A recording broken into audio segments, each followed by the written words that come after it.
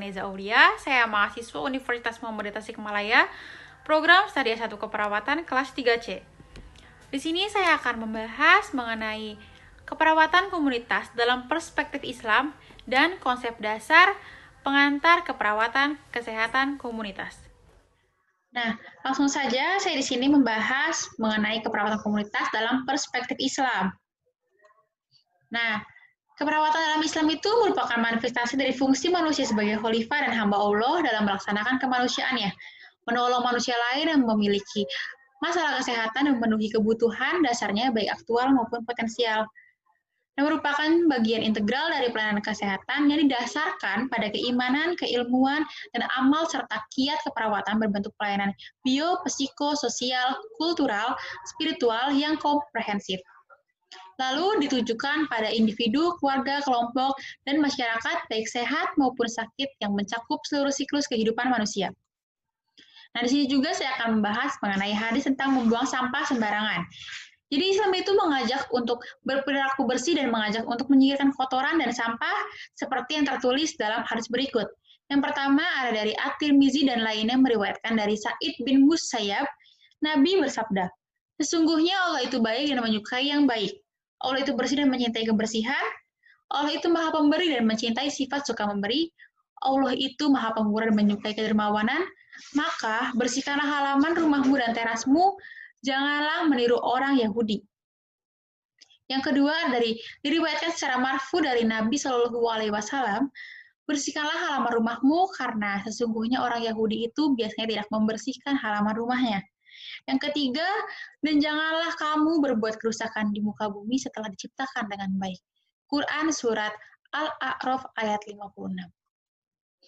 Setelah itu, saya akan membahas pengantar kesehatan komunitas dan konsep keperawatan komunitas. Yang pertama itu ada definisi sehat. Jadi sehat itu merupakan sebuah keadaan yang tidak hanya terbebas dari penyakit, akan tetapi juga meliputi seluruh aspek kehidupan manusia yang meliputi aspek fisik, emosi, sosial, dan spiritual. Nah, ada juga menurut WHO tahun 1947, sehat itu sendiri dapat diartikan bahwa suatu keadaan yang sempurna baik secara fisik, mental, sosial, serta tidak hanya bebas dari penyakit atau kelemahan. Nah, ada juga saya akan membahaskan indikator sehat menurut WHO.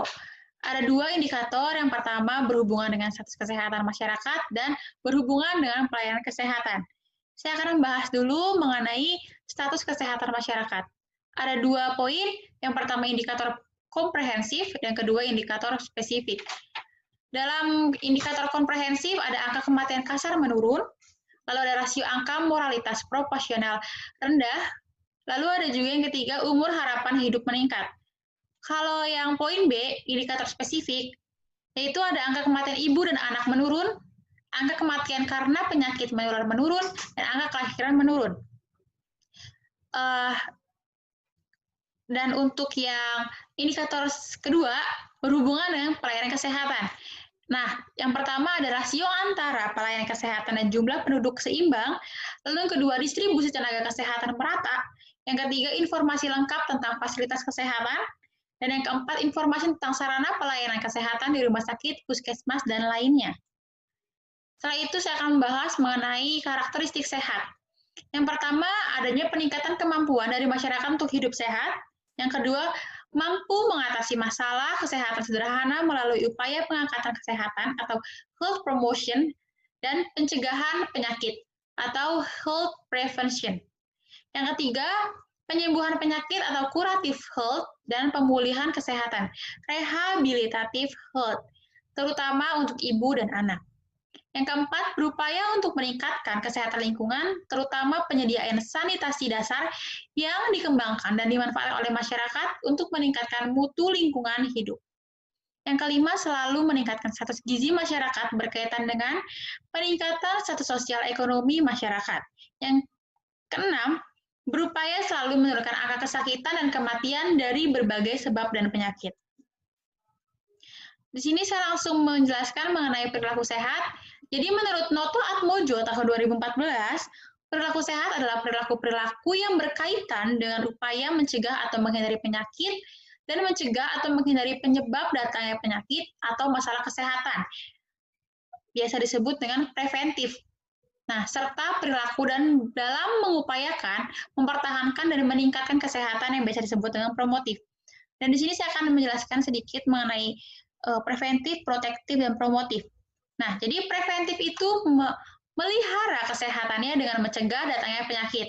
Seperti kayak sebelum datangnya penyakit itu kita meminum vitamin, kita menjaga pola makan kita olahraga. Nah, kalau yang protektif, upaya untuk melindungi badan dari rasa sakit. Jadi kalau misalkan sudah muncul rasa sakit, kita langsung pergi ke klinik untuk menghilangkan rasa sakitnya.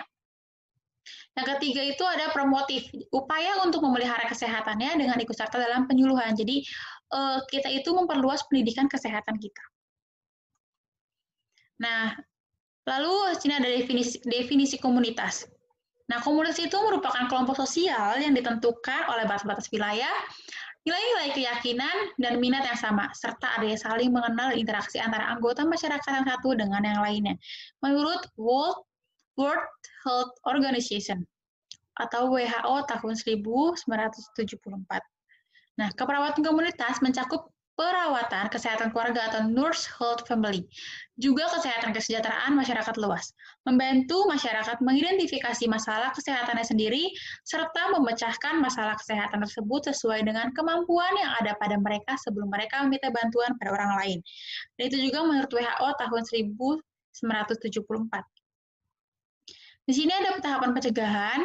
Jadi pelayanan yang diberikan oleh keperawatan komunitas mencakup kesehatan komunitas yang luas dan berfokus pada pencegahan terdiri dari tingkat-tingkat menurut Mubarak 2019. Yang pertama itu ada pencegahan primer. Nah, pencegahan primer itu jadi ditujukan kepada perhentian penyakit sebelum terjadi, mencakup peningkatan dari kesehatan secara umum dan perlindungan spesifik. Seperti kayak kita pergi ke posyandu untuk bayi, untuk ibu hamil, dan yang lainnya. Yang kedua ada pencegahan sekunder, yaitu dibuat untuk mendeteksi penyakit lebih awal dengan mengobati secara tepat, misalnya seperti memotivasi keluarga untuk melakukan pemeriksaan kesehatan secara berkala melalui posyandu dan puskesmas.